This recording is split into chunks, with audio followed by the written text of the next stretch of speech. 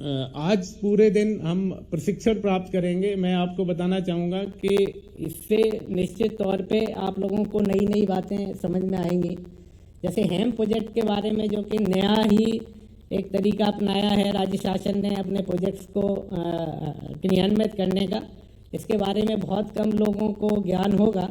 तो आज आप लोगों को पता चलेगा कि हाइब्रिड एन्युटी मॉडल क्या होता है, इसके क्या लाभ होते हैं, और आप भी अपने क्षेत्रों में ऐसा प्रस्ताव दे सकेंगे कौन से प्रोजेक्ट हैं उनको हेम मॉडल पर लिया जा सकता है।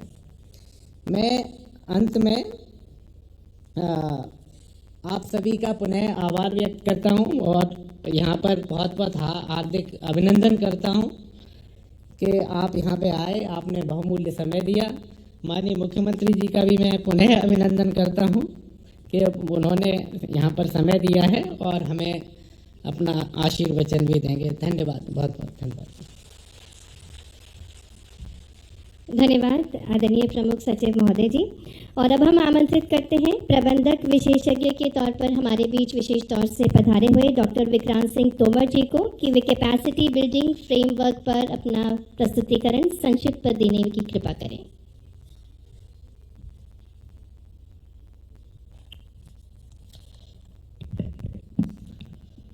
माननीय मुख्यमंत्री महोदय मध्य प्रदेश शासन, माननीय मंत्री महोदय लोक निर्माण विभाग, आदरणीय प्रमुख सचिव महोदय, मंचासीन अधिकारीगण और लोक निर्माण विभाग के समस्त महनीय अभियंतागण, अमृतकाल की इस वेला में माननीय मुख्यमंत्री जी के विकसित मध्य प्रदेश के विजन और माननीय मंत्री जी के लोक निर्माण से लोक कल्याण के विजन को साकार करने हेतु माननीय मंत्री जी के निर्देशन में कैपेसिटी बिल्डिंग फ्रेमवर्क की रचना की गई। महोदय, 1 फरवरी 2025 को इस बारे में पहली मीटिंग की गई ऑनलाइन और उस मीटिंग में पीडब्ल्यूडी विभाग के 1000 के करीब अभियंता वहां मौजूद थे। महोदय, ये अभ्युदय मध्य प्रदेश में ही संभव है कि पहली मीटिंग के 1 वर्ष पूरे होने से भी पूर्व पीडब्ल्यूडी विभाग आज आपके मुख्य आतिथ्य में इस कैपेसिटी बिल्डिंग फ्रेमवर्क को लोकार्पित करने जा रहा है। इस फ्रेमवर्क में 3 प्रमुख बातें आइडेंटिफाई की गई। पहली, पीडब्ल्यूडी विभाग के जो अभियंता हैं उनकी जिम्मेदारियां और चुनौतियां क्या हैं प्रमुख रूप से। दूसरी, उन जिम्मेदारियों और चुनौतियों को पूरा करने के लिए किस प्रकार की कॉम्पिटेंसी चाहिए। और तीसरी, उस कॉम्पिटेंसी को विकसित करने के लिए कैसा कॉम्पिटेंसी बिल्डिंग फ्रेमवर्क चाहिए, ताकि लोक निर्माण से लोक कल्याण का जो सपना माननीय मंत्री जी ने सबके सामने रखा है वो साकार हो सके। महोदय, ये बताते हुए हमें गौरवान्वित महसूस होता है, जैसे माननीय प्रधानमंत्री हमेशा कहते हैं, रिफॉर्म, ट्रांसफॉर्म और परफॉर्म, इसी को मंत्र बनाते हुए पीडब्ल्यूडी विभाग की प्रमुख चुनौतियों को आइडेंटिफाई किया गया। हर पद की चुनौतियां, उनकी जिम्मेदारियां और हर पद की कॉम्पिटेंसीज क्या क्या चाहिए, उनको रिसर्च के द्वारा 1000 लोगों का डेटा लेकर उसको आइडेंटिफाई किया गया और उसके आधार पर एक कैपेसिटी बिल्डिंग फ्रेमवर्क बनाया गया। महोदय, इस कैपेसिटी बिल्डिंग फ्रेमवर्क को लोक कल्याण सुनिश्चित करने के लिए 6 आधार स्तंभ आइडेंटिफाई किए गए। पहला आधार कार्य गुणवत्ता, अगर इस विभाग को लोक कल्याण को साकार करना है। दूसरा, कार्य कुशलता। तीसरा, क्षमता निर्माण। चौथा, निष्पक्षता और पारदर्शिता। पांचवा, जवाबदेहिता। और छठा, पुनर्नवाचार, री इन्वेंशन। जैसे भगवत गीता कहती है, योगः कर्मसु कौशलम, हमें कर्म में कौशल लाने के लिए इन सब चीजों की अनिवार्यता है। और इन्हीं 6 स्तंभों का वेटेज निकाल के देश के इतिहास में पहली बार लोक कल्याण सूचकांक को इसमें अनुशंसित किया गया है, पब्लिक वेलफेयर इंडेक्स। ये लोक कल्याण सूचकांक महोदय प्रत्येक अभियंता, प्रत्येक सर्कल, प्रत्येक जोन और पूरे पीडब्ल्यूडी विभाग का भी एक इंटीग्रेटेड सूचकांक बने, इस प्रकार की अनुशंसा की गई है। 1 अंक, जैसे हम स्कूल में हमारी मार्कशीट्स होती थी, 1 अंक से पता पड़ जाता था, तो उस तरह का इसमें एक परिकल्पना की गई है और इसके लिए वैज्ञानिक रूप से वेटेड मीन्स निकाले गए हैं। महोदय, जैसा अंतर्राष्ट्रीय स्तर पे 5 सेकंड रूल होता है कि 5 सेकंड में अगर आप किसी डैशबोर्ड को देख के समझ सकते हैं तो सही है। तो कर्मचारी से लेकर माननीय मंत्री जी के स्तर तक एक डैशबोर्ड विकसित करने की अनुशंसा की गई है, जो एक नजर में 5 सेकंड में इन 6 पिलर पे क्या स्थिति है और लोक कल्याण सूचकांक की क्या स्थिति है, एक नजर में देखने में यह संभव हो पाएगा। हर स्तंभ पर प्रोत्साहन देने के लिए एक अवार्ड की भी अनुशंसा की गई है, ताकि लोग प्रेरित हों। भगवत गीता कहती है, उद्धरेत आत्मना आत्मनम, हमें स्वयं से उठाना होगा। Lift yourself by yourself. इन पहचानी गई कॉम्पिटेंसीज को विकसित करने के लिए लोक निर्माण विभाग के द्वारा एक इंस्टीट्यूट की अनुशंसा की गई, और उस इंस्टीट्यूट, जैसे माननीय प्रधानमंत्री कहते हैं, पॉलिसी प्रैक्टिस एंड प्रोग्रेस, यही स्टेप्स हैं परफेक्शन के। सो ये इंस्टीट्यूट ट्रेनिंग पॉलिसी बनाएगा माननीय मंत्री महोदय, और इस ट्रेनिंग पॉलिसी को online offline hybrid iGOT platform learning management system के माध्यम से इसको लागू करने के लिए अनुशंसा की गई है। इंस्टीट्यूशनल टाइप्स की बात की गई है, किस अधिकारी को राष्ट्रीय और अंतर्राष्ट्रीय स्तर के किस संस्था में प्रशिक्षण लेना चाहिए। एक साल भर का ट्रेनिंग कैलेंडर बनाने की अनुशंसा की गई है, और उस ट्रेनिंग कैलेंडर को थीमेटिक हर 3 महीने में अलग अलग थीम्स में दी जाए, इस प्रकार की भी अनुशंसा की गई है। और ट्रेनिंग इंपैक्ट एनालिसिस, माननीय मुख्यमंत्री जी, इस पे विशेष ध्यान दिया गया है। माननीय प्रधानमंत्री कहते हैं, outcome not the output should be our focus. Impact क्या रहा है इस सबका? So felt, learned, act and impact, 4 स्तरीय इसका मॉडल विकसित किया गया है, ताकि आपका विकसित मध्य प्रदेश 2047 के सपने को लोक निर्माण विभाग अपनी आहुति से साकार कर सके। माननीय मुख्यमंत्री महोदय जी, ये एक ऐतिहासिक पल है। मध्य प्रदेश संभवतः देश के इतिहास का पहला विभाग बनने जा रहा है जिसके पास एक research based scientific capacity building framework को मध्य प्रदेश अंगीकार करेगा। यह महान दृश्य है। लोक कल्याण हेतु प्रदेश के मुखिया, विभाग के मुखिया से लेके लोक निर्माण के अंतिम पदाधिकारी तक सभी इस लोक कल्याण के लक्ष्य के लिए आज यहां प्रत्यक्ष है। प्रभु करे हमारे निर्माण कल्याणकारी हो, प्रभु करे प्रदेश का अभ्युदय हो। Thank you very much. धन्यवाद डॉक्टर विक्रांत सिंह तोमर जी आपके प्रस्तुतिकरण के लिए। और अब हम आमंत्रित करने जा रहे हैं जो लोक निर्माण से लोक कल्याण के भाव के साथ लोक निर्माण विभाग मध्य प्रदेश का नेतृत्व कर रहे हैं। जोरदार तालियों के साथ माननीय मंत्री श्री राकेश सिंह जी को हम आमंत्रित करेंगे, जो निरंतर अपने प्रयासों से विभाग को अग्रणी बना रहे हैं।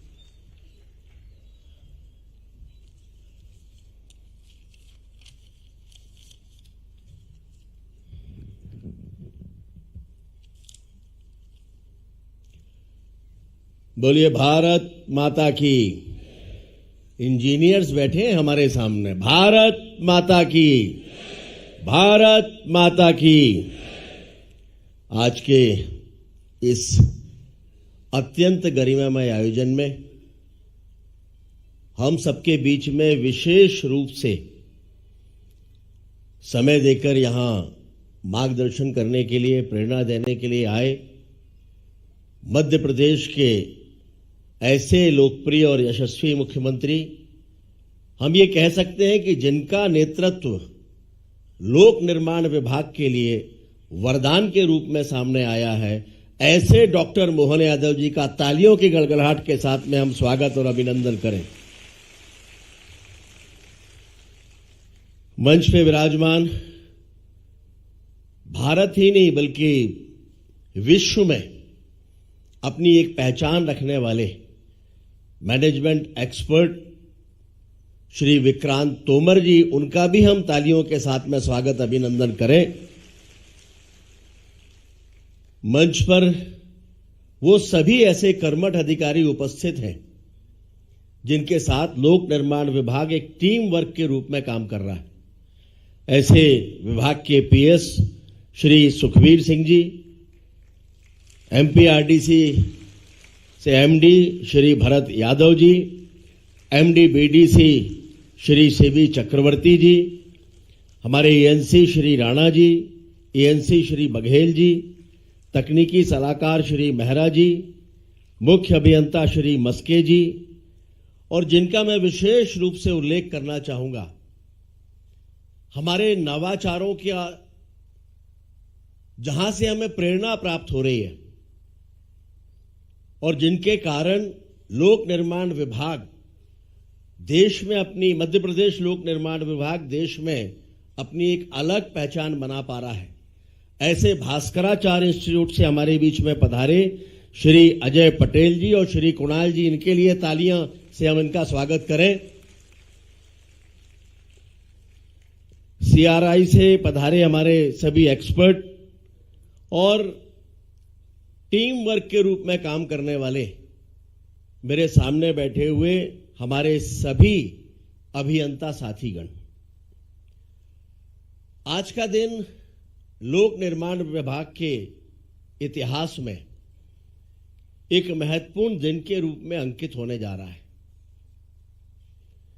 आज हम केवल किसी कार्यक्रम के लिए यहां पर एकत्रित नहीं हुए, बल्कि एक नई कार्य संस्कृति, नई तकनीक और एक संकल्प के साथ आने वाले कल के भविष्य को सुनहरा बनाने के लिए हम सभी यहां एकत्रित हैं। और इसमें मैं हृदय की गहराइयों से आप सभी का स्वागत और अभिनंदन करता हूं। हम सभी जानते हैं कि देश के यशस्वी प्रधानमंत्री माननीय मोदी जी ने मिशन कर्मयोगी के माध्यम से देश को एक नई दिशा दी है और उनका स्पष्ट मानना है कि किसी भी सरकारी तंत्र की असली ताकत ईंट और पत्थर नहीं होते, बल्कि उसको चलाने वाला मानव संसाधन होता है।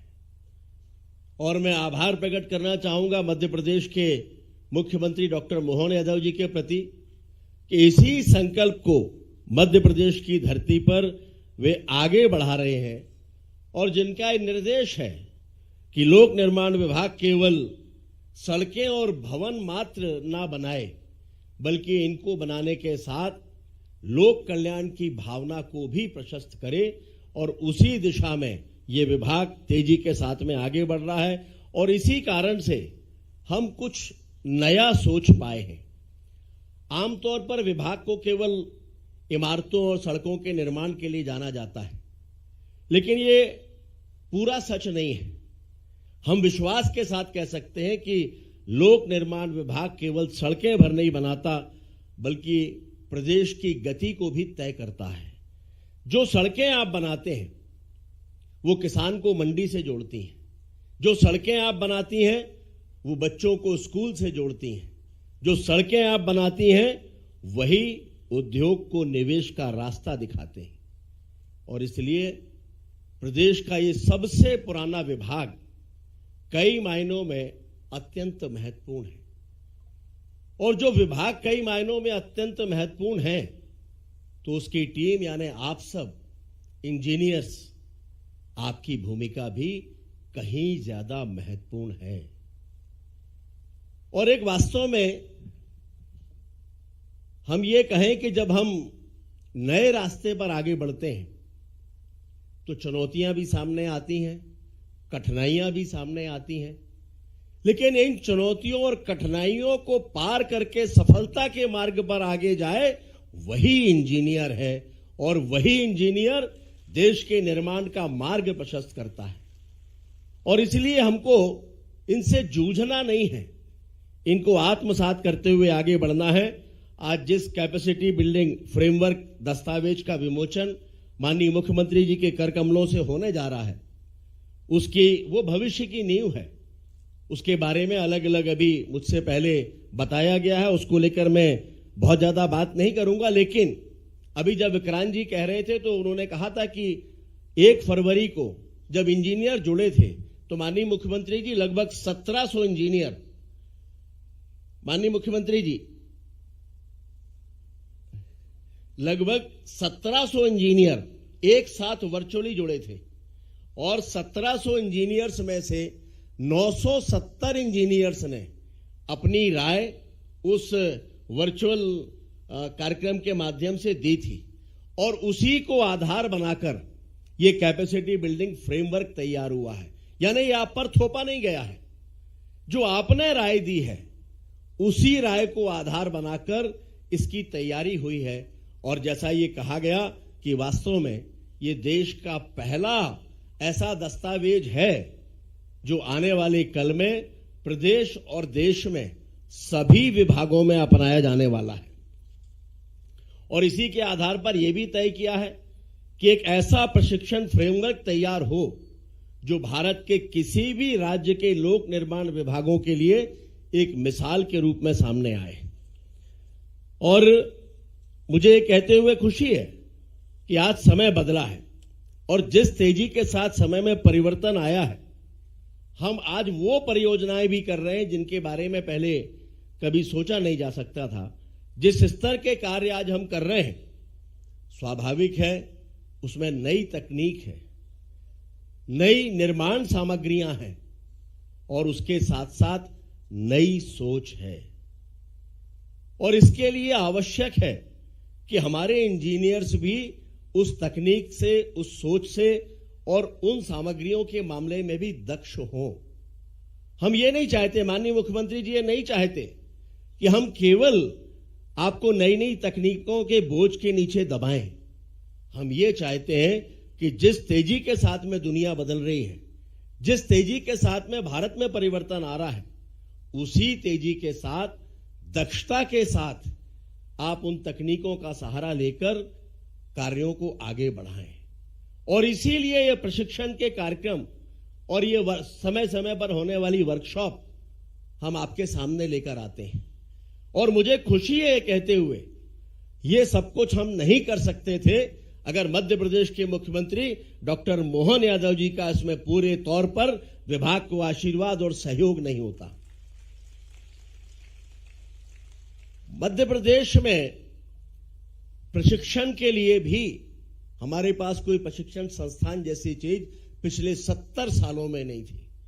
लेकिन आप कल्पना करिए कि माननीय मुख्यमंत्री जी के सामने जब यह विषय आया तो जो काम 70 सालों में नहीं हुआ था, एक पल की देरी लगाए बिना इसी स्थान पर उन्होंने घोषणा कर दी कि देश का सबसे आधुनिक और सबसे उन्नत प्रशिक्षण सेंटर, जिसमें साथ में रिसर्च सेंटर भी होगा, मध्य प्रदेश की धरती पर हम बनाएंगे। और उसका लाभ निश्चित रूप से आने वाले समय में आप सभी को मिलेगा, क्योंकि जब आपकी कार्य कुशलता बढ़ेगी तो स्वाभाविक है कि आपका समय भी बचेगा और वो समय, वो कीमती समय आप अपने परिवार को, अपने बच्चों को दे पाएंगे। बहुत सारे नवाचारों की तरफ हम आगे बढ़े हैं। मैं संक्षिप्त में कुछ बातें आपके सामने रखता हूं। लोकपथ 2.0 भी अभी हमारे पीएस महोदय ने उसके बारे में आपको बताया है।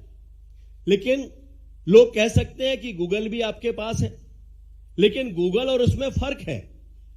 गूगल केवल आपको रास्ता बताता है, लेकिन ये वैकल्पिक मार्ग भी आपको साथ में बताता है।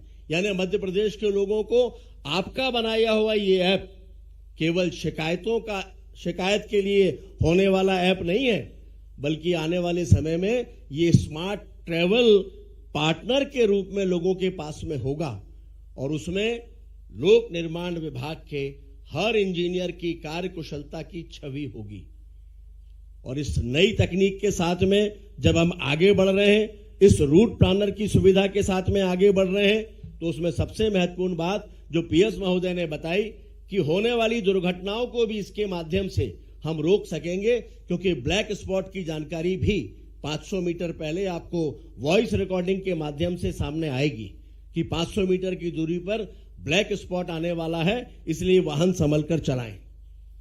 तो स्वाभाविक है कि ये उन्नत तकनीक के साथ साथ दुर्घटनाओं को रोकने वाला भी एक महत्वपूर्ण माध्यम बनने वाला है। नवाचारों की एक पुस्तक भी आज आप सबको दी गई है, जो आप सबके काम में आएगी, चर्चा के लिए, जानकारी के लिए और लोगों तक पहुंचाने के लिए भी। देखिए, पहले सड़क बनाने के लिए मिट्टी पहले भी निकाली जाती थी, मिट्टी आज भी निकाली जाती है, लेकिन अब आपकी कार्यकुशलता के बूते अब आप जब मिट्टी निकाल रहे हैं तो उसके बदले लोक कल्याण सरोवर उसी स्थान पर बना रहे हैं। सड़कें पहले भी बनाई जाती थी, लेकिन आज सड़कों के साथ जो जगह उपयुक्त है वहां पर रिचार्ज बोर बनाने की बात भी हम कर रहे हैं। निरीक्षण पहले भी होते थे, कब नहीं हुए निरीक्षण? ऐसे विभागों में निरीक्षण हमेशा होते हैं, लेकिन उसी को एक साइंटिफिक रूप देकर औचक निरीक्षण का रूप हमने दिया है। और इन औचक निरीक्षणों का बहुत ही सुंदर परिणाम है। मैं आप सबको बताना चाहता हूं कि आप जिन तकनीकों को लेकर आगे बढ़ रहे हैं, देश में दूसरे राज्य मध्य प्रदेश का अनुसरण कर रहे हैं। समय की कमी है, अन्यथा मैं विस्तार से बताता कि कौन कौन से राज्य हैं जो मध्य प्रदेश की इन तकनीकों को अपनाना चाह रहे हैं। उनमें से कुछ राज्य वो भी हैं जो तकनीक की दृष्टि से उत्तम माने जाते हैं, लेकिन वो ये कह रहे हैं कि मध्य प्रदेश में जितने नवाचार हैं वो सारे के सारे हमको अपने प्रदेश के लिए भी चाहिए। ये है आप इंजीनियर्स की सफलता और ये है आपकी कार्यकुशलता। इसके साथ साथ लोक परियोजना प्रबंधन प्रणाली, जिसका करकमलों से माननीय मुख्यमंत्री जी के करकमलों से हमने शुभारंभ कर लिया है। माननीय मुख्यमंत्री जी 2026-27 का जो बजट है वो भी इसी प्रबंधन प्रणाली पर हम बनाने जा रहे हैं। पीएम गति शक्ति पोर्टल का उपयोग भी हम कर रहे हैं। इसी के माध्यम से लोक निर्माण सर्वेक्षण ऐप हमने बनाया है और हमारे इंजीनियर्स ने सड़कों, पुलों, भवन और प्लांटेशन की जगह का सबका जीआईएस सर्वेक्षण भी किया है और अब हमारी सारी संरचनाओं की सटीक जानकारी हमारे पास में है। मैंने पहले भी कहा था, एक बार फिर से दोहराता हूं, ये सारे नवाचार करने के लिए शायद यदि इसको बाजार के दरों पर हम उतारते, इसके लिए टेंडर बुलाते, तो शायद 200-300 करोड़ रुपए हमारे खर्च होते। लेकिन ये जितना हुआ और जो होने जा रहा है, इस सब में लोक निर्माण विभाग का 1 रुपया भी खर्च नहीं हुआ है। ये सब कुछ भास्कराचार्य इंस्टीट्यूट के सहयोग से हमें मिल रहा है। पिछले दिनों दिल्ली में प्रधानमंत्री गति शक्ति पर जो कार्यक्रम हुआ था, केंद्रीय मंत्रीगण उसमें थे। मुझे कहते हुए खुशी है कि उसमें मध्य प्रदेश लोक निर्माण विभाग की मुक्त कंठ से सराहना की गई और मंत्री जी ने ये कहा, पीयूष गोयल जी ने, कि देश के दूसरे राज्यों को भी मध्य प्रदेश लोक निर्माण विभाग का अनुसरण करना चाहिए। ये आपकी ताकत है। अभी हैम पर भी विस्तार से बातचीत होगी, इसलिए उस पर मैं अपनी तरफ से कोई बात नहीं कहना चाहता। पिछली जो घोषणाएं थी उन सब पर तेजी के साथ में काम चल रहा है। विशेष रूप से नवाचारों को लेकर हमने कईयों को तो पूरा कर लिया है और आने वाले समय में जल्दी ही ट्री शिफ्टिंग पर भी एक वर्कशॉप माननीय मुख्यमंत्री जी के नेतृत्व में हम सब यहां पर करने वाले हैं। अब आज जिसकी और बातचीत अभी होगी वो है रोड नेटवर्क प्लान। ये एक रोड नेटवर्क प्लान, ये पूरा डेटाबेस और पूरे तौर पर साइंटिफिक है, जिसको भास्कराचार्य इंस्टीट्यूट ने हमारे लिए बनाया है। 1 लाख से अधिक आबादी वाले सभी नगरों में लगभग 5,400 किलोमीटर के रिंग रोड और बाईपास की जरूरत हमें पड़ने वाली है। 50,000 की आबादी के लिए 410 किलोमीटर के बाईपास को भी चिन्हित किया है। हमने इसमें तय किया है कि कहां पर उद्योग की दृष्टि से, कहां कृषि की दृष्टि से, कहां आध्यात्मिक दृष्टि से और कहां पर विकास की दृष्टि से सड़कों के निर्माण की आवश्यकता होगी। हमारा तय किया हुआ ये प्लेटफॉर्म हमें केवल प्रश्न डालने से उसका उत्तर देगा और ये पूरे तौर पर साइंटिफिक होगा। देश में पहली बार जिस एरियल डिस्टेंस की हमने बात की थी कि एरियल डिस्टेंस के आधार पर सड़कों का निर्माण हम करें, तो पीएम गति शक्ति पोर्टल ने यह भी हमको बता दिया है कि कई कस्बों के बीच में जो वर्तमान दूरी है वो एरियल डिस्टेंस की दूरी से 30% से भी ज्यादा दूरी तक है। और ऐसे 506 किलोमीटर का सर्वे करके हमने वो मार्ग भी चिन्हित किए हैं जो आने वाले समय में जिनको हम बनाते हैं तो उसमें समय और ईंधन दोनों की बचत होगी और उसके साथ साथ देश को एक नया रास्ता मिलेगा इस तरह के डिस्टेंस पर काम करके सड़कों के निर्माण का। इसके साथ साथ इस पर कनेक्टिविटी के लिए भी जो एनएच के साथ में काम करके हम बनाने जा रहे हैं वो भी इसके माध्यम से हमें उपलब्ध होगा।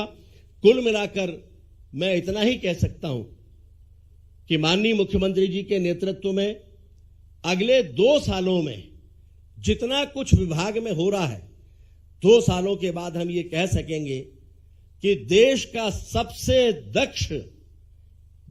सबसे दक्ष इंजीनियर अगर किसी के पास है तो मध्य प्रदेश के लोक निर्माण विभाग के पास है।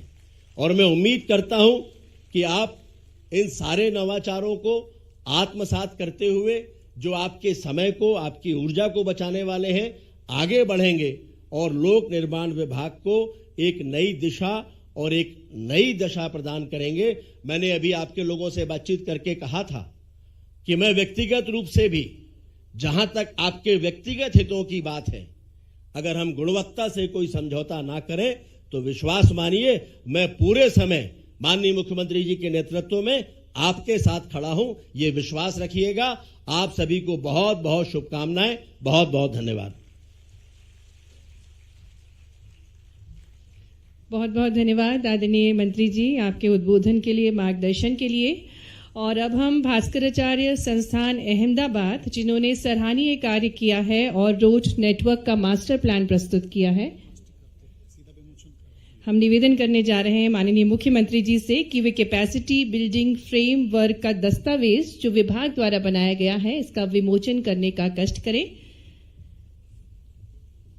अभियंताओं की क्षमता की वृद्धि हेतु ये दस्तावेज बनाया गया है। माननीय मुख्यमंत्री जी कैपेसिटी बिल्डिंग फ्रेमवर्क दस्तावेज का विमोचन कर रहे हैं। आइए तालियों के साथ। बहुत ही महत्वपूर्ण दस्तावेज जिसका विमोचन माननीय मुख्यमंत्री जी कर रहे हैं, कैपेसिटी बिल्डिंग फ्रेमवर्क। माननीय प्रधानमंत्री श्री नरेंद्र मोदी जी का अटूट विश्वास है कि राष्ट्र निर्माण की वास्तविक शक्ति हमारे कर्मयोगी हैं। वो समर्पित मानव संसाधन जो निरंतर सीखने और स्वयं को गढ़ने के लिए तत्पर हैं। इसी महान विजन को धरातल पर उतारने के लिए मुख्यमंत्री डॉक्टर मोहन यादव जी के यशस्वी नेतृत्व में मध्य प्रदेश सरकार आज क्षमता संवर्धन को सुशासन के मूल मंत्र के रूप में स्थापित कर रही है। आज का युग तकनीकी बदलावों और नवाचारों का है। नई कार्य प्रणालियों को आत्मसात करना अब विकल्प नहीं बल्कि समय की मांग है। इसी आवश्यकता को मूर्त रूप देने के लिए लोक निर्माण मंत्री श्री राकेश सिंह जी ने प्रशिक्षण एवं क्षमता विकास को अपनी योजनाओं के केंद्र में रखा और तैयार हुआ capacity building framework. Capacity building framework केवल एक दस्तावेज नहीं है बल्कि यह लोक निर्माण विभाग के हर अभियंता की सामूहिक सोच और अनुभव की अभिव्यक्ति है। अभियंताओं की प्रशिक्षण आवश्यकताओं को समझने के लिए 1 फरवरी 2025 को एक राज्य स्तरीय कार्यशाला आयोजित की गई, जिसमें लोक निर्माण विभाग के 1700 से अधिक अभियंताओं ने भाग लिया। कार्यशाला में अभियंताओं ने अपने कार्य के दौरान आने वाली समस्याओं और कौशल विकास की जरूरतों को मोबाइल फोन पर उपलब्ध सरल फॉर्मेट में दर्ज किया। यह देश में पहली बार हुआ कि इतनी बड़ी संख्या में अभियंताओं को एक साथ शामिल कर एक ही दिन में व्यापक स्तर पर ट्रेनिंग नीड असेसमेंट की प्रक्रिया पूरी की गई। इसी आकलन के आधार पर तैयार किया गया कैपेसिटी बिल्डिंग फ्रेमवर्क दस्तावेज विभाग की भविष्य की प्रशिक्षण रणनीति का आधार है। यह फ्रेमवर्क तय करता है कि किस स्तर पर अभियंताओं को किस प्रकार का प्रशिक्षण दिया जाए, प्रशिक्षण कितनी बार हो और उसका माध्यम क्या हो। प्रशिक्षण के बाद अभियंताओं के कौशल विकास का आंकलन किस प्रकार किया जाए। इसी फ्रेमवर्क के माध्यम से राज्य स्तर पर engineering research and training institute की आवश्यकता स्पष्ट रूप से सामने आई, जिसे माननीय मुख्यमंत्री जी ने न सिर्फ सहर्ष स्वीकार किया बल्कि 15 सितंबर 2025 को अभियंता दिवस कार्यक्रम में इस प्रशिक्षण संस्थान की स्थापना की घोषणा भी की। इस कैपेसिटी बिल्डिंग फ्रेमवर्क को विभागीय सलाहकार समिति के सदस्य और प्रबंधन विशेषज्ञ डॉक्टर विक्रांत सिंह तोमर जी और उनकी टीम ने तैयार किया है। अब हमारे इंजीनियर अंतर्राष्ट्रीय स्तर की अत्याधुनिक तकनीकों को न केवल सीखेंगे बल्कि उन्हें धरातल पर भी उतारेंगे। हमारा संकल्प स्पष्ट है, प्रशिक्षण से आएगी दक्षता और दक्षता से साकार होगा लोक निर्माण से लोक कल्याण। और अब अवसर है जब लोकपथ ऐप प्रथम संस्करण के सफल क्रियान्वयन के बाद अधिक एडवांस फीचर्स के साथ लोकपथ 2.0 ऐप का शुभारंभ माननीय मुख्यमंत्री जी के शुभ कर कमलों द्वारा होने जा रहा है। आग्रह करते हैं माननीय मुख्यमंत्री जी से कि एक क्लिक के माध्यम से लोकपथ 2.0 प्रधानमंत्री ऐप श्री का नरेंद्र मोदी जी शुभारंभ का करें। डिजिटल इंडिया विजन, जिसमें तकनीक को सुविधा नहीं बल्कि सुशासन का सशक्त माध्यम माना गया है, आज मध्य प्रदेश में साकार हो रहा है। माननीय मुख्यमंत्री डॉक्टर मोहन यादव जी के नेतृत्व में मध्य प्रदेश अपने डिजिटल नवाचारों के माध्यम से जन सेवा को नई ऊंचाइयों तक पहुंचा रहा है। लोक निर्माण मंत्री श्री राकेश सिंह जी के मार्गदर्शन में विकसित लोकपथ मोबाइल ऐप ऐसा ही एक डिजिटल नवाचार है जो सड़कों से जुड़ी सेवाओं को पारदर्शी, जवाबदेह और जन केंद्रित बनाता है। 2 जुलाई 2024 को लोकपथ मोबाइल ऐप के पहले संस्करण की शुरुआत हुई थी। इस ऐप पर आम नागरिक सीधे अपने मोबाइल से फोटो लेकर क्षतिग्रस्त सड़कों की शिकायत दर्ज कर सकते हैं। अब तक 12,000 से अधिक शिकायतें प्राप्त हुई हैं और 95% शिकायतें समय सीमा में समाधान के साथ लोकपथ का सफर आज डिजिटल सेवा की मिसाल बन चुका है। बढ़ती जरूरतों और जनाकांक्षाओं के साथ अब लोकपथ मोबाइल ऐप हो गया है और भी सशक्त और भी स्मार्ट। प्रस्तुत है लोकपथ मोबाइल ऐप 2.0। इसका स्मार्ट रूट प्लानर आपको मंजिल तक जाने के अलग अलग रास्ते दिखाएगा, साथ ही बताएगा कि कौन सा रास्ता कैसा है, कहाँ कितना टोल टैक्स लगेगा और पहुँचने में कितना समय लगेगा। यानी अब आप सभी विकल्प देखकर अपना रास्ता चुन सकेंगे। यात्रा के दौरान सड़क पर किसी भी दुर्घटना संभावित क्षेत्र यानी ब्लैक स्पॉट के आने से 500 मीटर पहले ही यह ऐप आपको चेतावनी देकर सतर्क कर देगा। यही नहीं, अब रास्ते में आने वाले पर्यटन और धार्मिक स्थल, होटल, रेस्टोरेंट, पेट्रोल पंप या अस्पताल के लिए भटकना नहीं पड़ेगा। बस ऐप खोलिए और देखिए आपके रास्ते में कौन कौन सी सुविधाएं हैं। सब कुछ आपकी उंगलियों पर होगा। इमरजेंसी में मदद के लिए इसमें SOS बटन है जो बनेगा आपका त्वरित सहारा और रियल टाइम मौसम अपडेट रखेगा आपको हर सफर के लिए तैयार। लोकपथ मोबाइल ऐप अब सिर्फ गड्ढों की शिकायत दर्ज करने का ऐप नहीं, आपकी हर यात्रा का भरोसेमंद साथी बनेगा।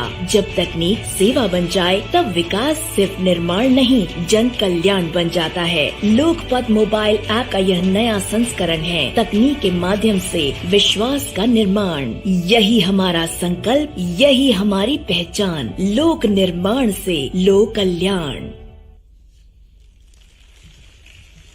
लोक निर्माण विभाग द्वारा कई सारे नवाचार 2 वर्षों में किए गए हैं, जो कि एक पुस्तक के माध्यम से अब माननीय मुख्यमंत्री जी विमोचित करेंगे। निवेदन करते हैं माननीय मुख्यमंत्री जी से कि 2 वर्षों में किए गए नवाचारों पर आधारित इस पुस्तिका का विमोचन करने का कष्ट करें।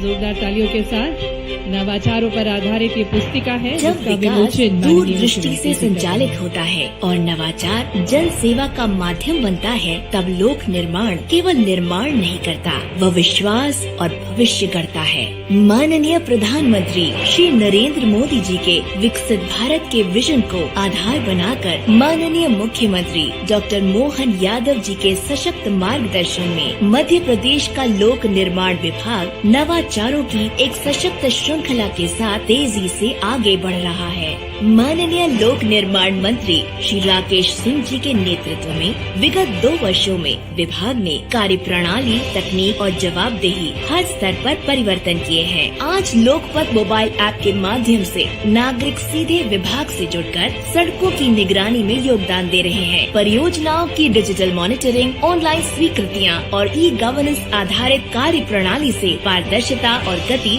सुनिश्चित हुई है। रोड एसेट मैनेजमेंट सिस्टम पर सड़कों और पुलों की रखरखाव योजनाएं तैयार की जा रही हैं। PM गति शक्ति प्लेटफॉर्म पर प्रदेश की सड़कों, पुलों और भवनों की digital mapping, road network master plan तैयार किया जा रहा है। गुणवत्ता की निगरानी के लिए औचक निरीक्षण व्यवस्था प्रारंभ की गई है। मोबाइल प्रयोगशालाओं के माध्यम से निर्माण स्थलों पर ही सामग्री की त्वरित जाँच की जा रही है। पारदर्शिता और प्रतिस्पर्धा बढ़ाने के लिए निविदा दस्तावेज में सुधार किए गए हैं। अच्छे कार्यों को प्रोत्साहित करने के लिए लोक निर्माण पुरस्कार प्रारंभ।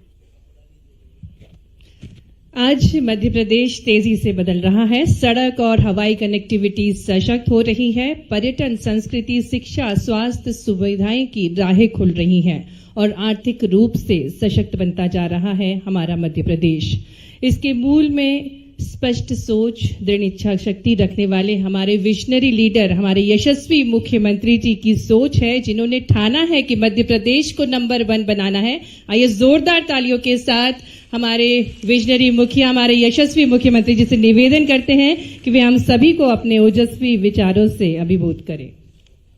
लोक निर्माण विभाग की राज्य स्तरीय क्षमता निर्माण कार्यशाला के शुभारंभ के अवसर पर माननीय मंत्री श्रीमान राकेश सिंह जी, जो लगातार नवाचार, नए प्रकार और अच्छे से अच्छे ढंग से हमारे अपने विभाग को नई ऊंचाइयों तक ले जा रहे हैं, मैं उनका अभिनंदन करता हूं, स्वागत करता हूं। मंच पर ही मेरे अपने सुपरिचित और अपने विचार के माध्यम से, जीवन प्रबंधन के माध्यम से, भगवत गीता से लगा करके तमाम हमारे प्राचीन पवित्र ग्रंथों के संदर्भ लेकर के जीवन शैली में हमारे द्वारा अपनी व्यक्तिगत क्षमता का कैसे विकास कर सकते हैं, ऐसे कामों के लिए 200 से ज़्यादा देशों में जाकर के अपनी पहचान बनाने वाले डॉक्टर विक्रांत सिंह तोमर जी, आपका भी स्वागत, अभिनंदन। माननीय पीएस श्रीमान सुखबीर सिंह जी, जो लगातार आपके बीच सक्रिय रह करके काम करते हैं, तो जब सुखबीर सिंह जी के बोलूं तो भरत जी, सुखबीर सिंह, राणा जी, ताली वाली तो बजा ही सकते हो आप आराम से। विभाग पूरा सारे नाम लूंगा तो भास्कराचार्य हमारे संस्थान के माननीय अतिथिगण भी यहाँ मौजूद है। ये थोड़ा सा अलग टाइप का कार्यक्रम भी है और कुछ कारण से आज के समय में पहले तो ये पूरी बातों के लिए एक ऐसे व्यक्तित्व को याद करें जिनने शासन के, सत्ता के सूत्र की सफलता के साथ भी कितने विविध क्षेत्रों में सोचते सोचते हमारे देश के लिए प्रत्येक पल, प्रत्येक मिनट भारत की आत्मा, भारत के क्षमता, योग्यता, योगदान, इसको बढ़ाने में लगे हुए राजनेता तो है, लेकिन सच में वो सन्यासी भाव से माननीय नरेंद्र मोदी जी का जोरदार अभिनंदन करें। कितने प्रकार से काम कर रहे हैं माननीय नरेंद्र मोदी जी, किस मौके को छोड़ते हैं। अब हम तो कभी काम ही उनके पहले किसी में भी, यद्यपि प्रारंभ से प्राधिकरण अध्यक्ष था, उसके बाद टूरिज्म में रहा, शिक्षा मंत्री रहा, लेकिन वो दौर अगर अपन 13-14 का पहले छोड़ दें तो पीडब्ल्यूडी विभाग, उसके निर्माण कार्य, कहीं नारियल फोड़ने के लिए या फीता काटने के लिए, उसमें दुर्भाग्य के साथ बोलना ये पड़ता था कि जब भी किसी विभाग को कुछ अपशब्द बोलना तो बड़े मन में कष्ट होता था कि उनको और कोई विभाग मिले नहीं मिले, किसी प्रशासनिक अधिकारी को अपनी तेवर दिखाना पड़े, तीखापन दिखाना पड़े, तो 2 विभाग 3 विभाग में से एक वो पीडब्ल्यूडी को याद कर लेता था। मेरे को भी बड़ा कष्ट होता था। एक ऐसा विभाग जो नवाचार के लिए जाना जाता है, जिससे सब प्रकार के निर्माण कार्यों के लिए हम जनता के कल्याण के लिए कहां से कहां पहुंचा सकते हैं, लेकिन पता नहीं विभाग के साथ कौन सा ग्रह नक्षत्र, कभी कभी इसका भी असर रहता है। भगवान जाने क्या होता है। इतना अच्छा काम करने वाला विभाग, सड़क बनाना हो तो विभाग को याद करो, बिल्डिंग बनाना तो विभाग को याद करो।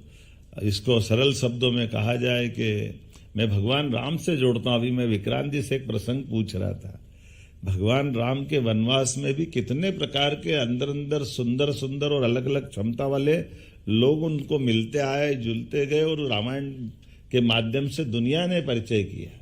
केवल एक घटना याद करो कि आप समुद्र के ऊपर पुल बनाने की बात आज भी बंबई में बन गया और दुनिया में बना तो बड़ा आश्चर्य, लेकिन लाखों साल पहले समुद्र पे पुल बनाने वाले ये सुग्रीव के राज्य के छोटे छोटे बानर बंधु भी हो सकते हैं, जो नल और नील के नाते से, कभी भगवान राम का वनवास का घटनाक्रम कभी कोई कारण से इतिहास है कभी नहीं होता, तो ये इस टेक्निक को सामने लाते कभी क्या कि ब्रिज समुद्र पे बन सकता है।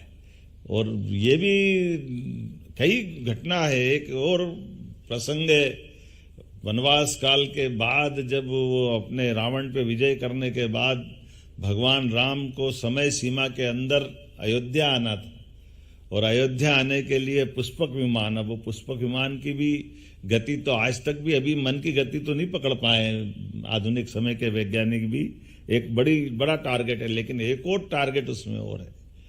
उसमें इस विमान की रचना की अंदर की क्षमता कैसी थी, तो आप अंदाज लगा लो कि विमान अगर अयोध्या आ रहा है तो राम जी के साथ कौन आना किसका मन नहीं करेगा, और सब आएंगे तो फिर विमान का क्या होगा।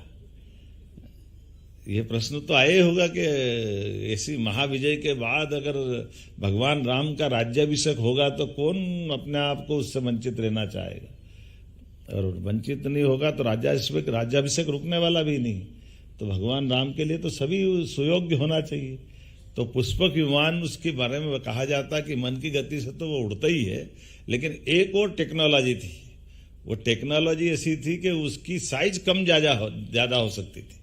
जितने बैठना हो वो सब आ जाओ, और उसके बाद भी एक सीट खाली रह जाती। जितने बैठना है, ऐसा विमान तो अभी बना नहीं होगा। मान लो 100 आए तो फिर एक और छूट गया, 1000 बैठ जाए तो फिर एक छूट गया। अब ये जिनने बनाया, ऐसे विश्वकर्मा जी के लिए कहा जाता है कि विश्वकर्मा जी ने जब बनाया था तो उनको लगा कि मैंने ये सबसे बड़ा काम कर दिया। उनको बड़ा थोड़ा इस बात में काम करने का, हो सकता कोई क्या कहता है कोई क्या कहता है, उनको थोड़ा इस बात को अपने को जरा विशेष मानने का एक भाव पैदा हो गया, जो विकार भाव मान सकते हैं, विकृति मान सकते हैं। अब हनुमान जी सब चीजों के अलग प्रकार के देवता है, ये सबकी बल बुद्धि के दाता ऐसे ही नहीं कहा जाता है। तो बुद्धि उनकी थी। हनुमान जी ने कहा अच्छा चलो अब रावण का काम हो गया, भगवान राम का काम हो गया, एक काम मेरा और बचा है, इसका भी मैं दिमाग ठीक करता हूं। अब हनुमान जी ने एक तरीका लगाया, उस विमान में बैठ गए सारे लोग। अब बैठने के बाद में जैसा कि राम जी का कायदा है, राम भगवान बैठे तो हनुमान जी का क्या होगा, तो लोग उसकी विशेषता बताने लगे। हनुमान जी ने कहा कि नहीं, ये विशेषता फेल हो गई, इसमें जितने यात्री हैं उतने ही बैठ सकते, कोई खाली वाली नहीं है। लोगों ने कहा नहीं नहीं इसमें खाली है। तो उन्होंने कहा खाली कहाँ है, तो सब भौचक्के रह गए कि खाली तो एक सीट रहने का नियम है, इसमें खाली है। तो उन्होंने कहा खाली कैसे है, मैं खड़ा हूं ना, मेरी सीट है वो, मैं राम जी के सामने बैठ नहीं सकता हूं। तो ये तुम्हारी टेक्नोलॉजी फेल हो गई कि नहीं हो गई। अब ये टेक्नोलॉजी जरूर यहां उलझ गई थी कि वो कोई खड़ा हो जाए तो एक की जगह 2 सीट नहीं दिखेगी, बैठेंगे तो 1 सीट बढ़ जाएगी। और कोई खड़ा हो गया, अब राम जी के सामने हनुमान जी ने कहा भगवान आप बैठो तो मैं कैसे बैठ सकता, मेरे को तो खड़ा ही रहना है, और मैं खड़ा हूं तो मेरी सीट खाली है। वो कहां 1 सीट अलग निकाल रहे हो, कहां गई सीट, वो तो फेल हो गया इनकी टेक्नोलॉजी। तो एक तीर से 2 शिकार कितने बढ़िया कर दिए बुद्धि के आधार पर। और ये मैं माननीय मोदी जी को मानना चाहता हूं कि उनके रहते रहते कितने प्रकार के काम हो रहे हैं कि हमारे यही सारा अमला था, यही हमारे तकनीकी दक्ष अलग अलग प्रकार के इंजीनियर थे। लेकिन बंबई के अंदर अगर समुद्र में रास्ता बनाना हो तो टेक्नोलॉजी का लाभ लेके बना के नहीं बनाइए, जोरदार अभिनंदन करें इस माध्यम से। वही बंबई, दूसरी कौन सी बंबई, और वही टनल के अंदर से रास्ते पहाड़ फोड़ के निकाल रहे हैं। अब तो हमारा रीवा सिंगरौली वाला रास्ता 6 रोड का इसी कारण से निकल रहा। और कौन सा क्षेत्र छूट रहा है। और यही स्वर्ण चतुर्भुज योजना, प्रधानमंत्री सड़क योजना, कहने के लिए तो बहुत विद्वान थे हमारे पूर्व पीएम मनमोहन सिंह जी, लेकिन पता नहीं क्या हो गया उनको कि उनने वो इतनी बढ़िया सड़कों का निर्माण और इस देश की प्रगति के साथ एक प्रश्न खड़ा हुआ उनके अपने काम के कारण से। अब ये अलग बात है कि वो बोलते नहीं थे, क्या मालूम क्यों नहीं बोलते थे और किन्ने उनको चुप करा, किन्ने रास्ता रोका, ये अलग बात है, समझ नहीं सकते हैं। लेकिन जो समझते वो इतना बोलते कि उनको समझना ही मुश्किल हो जाता है। उनके लिए गए निर्णयों के आधार पर वो जो राहुल गांधी जी के नाते से जाने जाते हैं कि नेता प्रतिपक्ष का जो रोल होना चाहिए वो सकारात्मक विरोध के साथ होना चाहिए। मैं मान के चलता हूँ आज वो बोलने का विषय तो नहीं है, लेकिन आज तो लोक निर्माण से लोक कल्याण के नवाचार के दूसरे वर्ष का मुझे इस बात का आनंद है कि मैं उसके एप 1 का भी साक्षी था और आज 2 का भी साक्षी हूँ। इस नाते से आप सबको बधाई देना चाह रहा हूँ। किसी भी राज्य के किसी भी मुखिया का कोई विभाग इतना अपने अच्छे ढंग से कि हम अपने काम को करते करते अपने समय का सदुपयोग करें, नई टेक्नोलॉजी का उपयोग करें, हमारे काम के माध्यम से विभाग और विभाग वालों की इज्जत बढ़ाने का काम, हमारे पैसे का सदुपयोग हो, तो इससे अच्छा कौन मुखिया खुश नहीं होगा। मैं प्रसन्नता व्यक्त करता हूं मुख्यमंत्री होने के नाते से कि हाँ, हमारा लोक निर्माण विभाग आज उस तरह बढ़ रहा है जिस तरह से बढ़ना चाहिए, जिस तरह से उसकी बारे में अपेक्षा की जा रही। और वैसे तो लोक निर्माण का विभाग का नाम ही ये है। मैंने तो अभी हमारा भगवान गीता में कहते हैं 13वें अध्याय में, क्षेत्र और क्षेत्रज्ञ अध्याय में वो क्षेत्र और क्षेत्रज्ञ को जोड़ते हैं कि क्षेत्र अर्थात 5 तत्वों का बना हुआ शरीर जो हम सबको मालूम है 5 महाभूतों से बना हुआ है, और क्षेत्रज्ञ हमारी ये 10 इंद्रियां, अहंकार, रूप, रस, गंध और ये तमाम प्रकार के ये जो क्षेत्रज्ञ की सीमाएं हैं, तो ये उससे उनने कल्पना की है। तो हमारा इसके साथ आत्मा के शरीर के साथ जोड़ने का संबंध के बारे में भगवान कृष्ण उसमें बहुत विस्तार से बताते हैं। अब मैंने उसको थोड़ा सा आपके संदर्भ में बदलना चाहा। हमने कहा ये लोक निर्माण में भी दोनों बातें आ गई है, तो उन्होंने कहा लोक निर्माण में कैसे आए। विक्रांत जी से मैं चर्चा कर रहा था तो मैंने कहा लोक मतलब क्षेत्रज्ञ और निर्माण मतलब 5 तत्व। तो ये जो भूतल पे आप निर्माण करते हो आपकी आत्मा से करोगे, परमात्मा से आगे तक आपको क्षमता देगा। इस भावना के आधार पर सच में लोक मतलब जनता, निर्माण मतलब हमारा अपना मूल करने का काम। आपका कोई भी निर्माण जनता को लाभ पहुंचाने वाला तो है ही है, और जनता को लाभ पहुंचेगा, जनता आत्मा से दुआ देगी, आत्मा से दुआ परमात्मा अपने आप आशीर्वाद बरसाएगा। ये तो तरीका हो गया, इससे अच्छा कौन सा संदर्भ है। ऐसे में हम सब मान के चलते हैं कि भगवान हम सबको और क्षमता दे, योग्यता दे। सरकार माननीय प्रधानमंत्री जी के नेतृत्व में लगातार सकारात्मक रूप से सभी क्षेत्रों में आगे बढ़ रही है। मुझे इस बात की प्रसन्नता कि 2 साल से भी कम समय में विभाग ने बहुत सारे अच्छे निर्णय लिए हैं और बहुत तेज गति से काम किया। ये और गति से काम करते जाए, इसलिए इस प्रकार के सभी कार्यशाला लगाने की आवश्यकता है, प्रशिक्षण कार्यशाला लगाने की आवश्यकता है। प्रशिक्षण शिक्षण तो जीवन में हमको स्कूल कॉलेज में मिलता है, लेकिन प्रशिक्षण जीवन भर चलना चाहिए। मेरी शुभकामना, बधाई, बहुत बहुत धन्यवाद। बहुत बहुत आभार माननीय मुख्यमंत्री जी, आपके दिव्य विचारों के लिए, वैदिक ज्ञान और भगवान श्री राम के मूल्यों से आपने हमको मार्गदर्शन प्रदान किया।